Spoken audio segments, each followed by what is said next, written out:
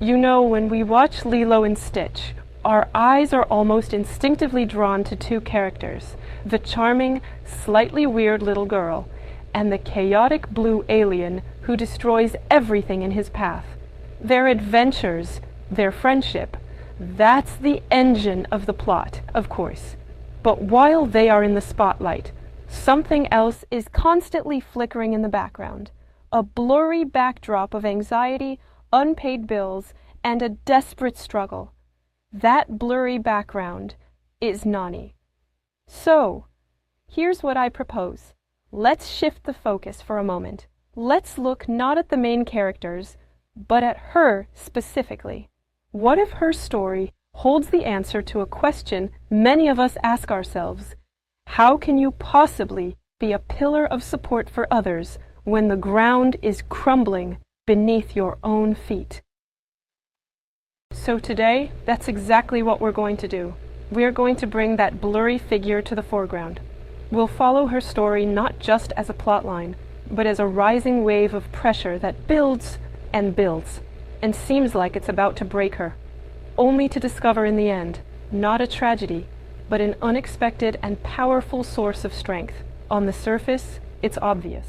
It's a battle with a world that offers no forgiveness and no discounts. The job hunt, the bills, and, of course, the constant visits from the social worker Cobra Bubbles. The film is brutally honest in this regard.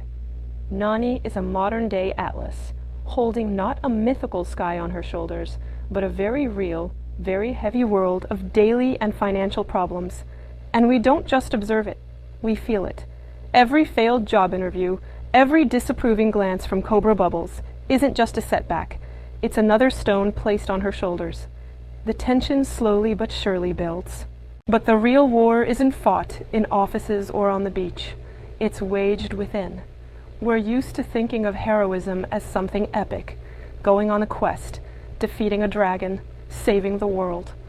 But there's another kind of heroism, the kind they don't show in blockbusters. The heroism of simply staying, of picking up the pieces of your shattered world day after day. And let's slow down here. Remember this shot? Her shelf of surfing trophies. These aren't just awards.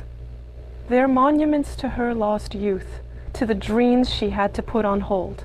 And her sharp, breaking words towards Lilo, it's not because she's mean or doesn't love her sister.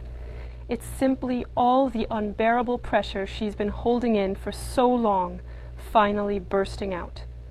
Every story has its peak, and the peak of Nani's drama is the quiet, heartbreaking moment when she sings the farewell Hawaiian lullaby, Aloha Oe, to Lilo.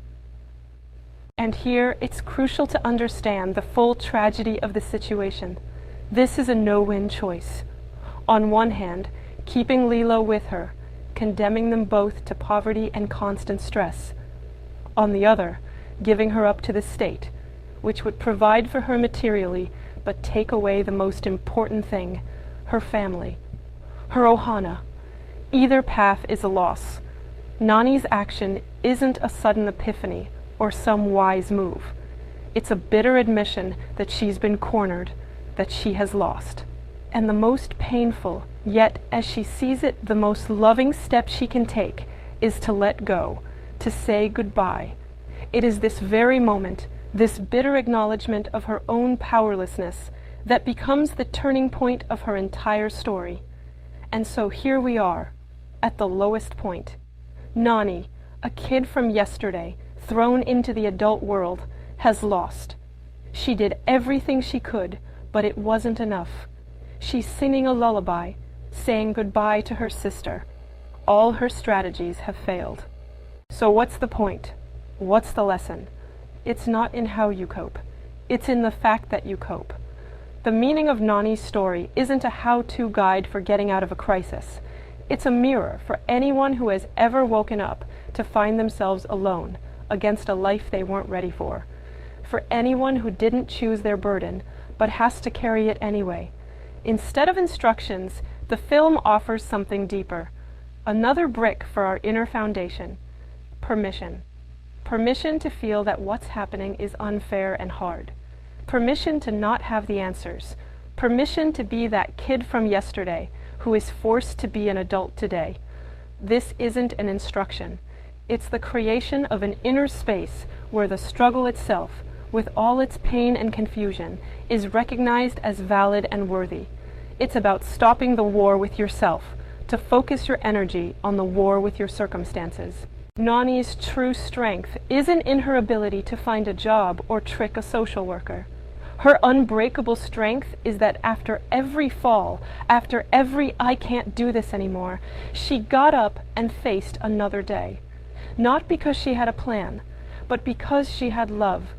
The film doesn't say, "Look how easy it is to win."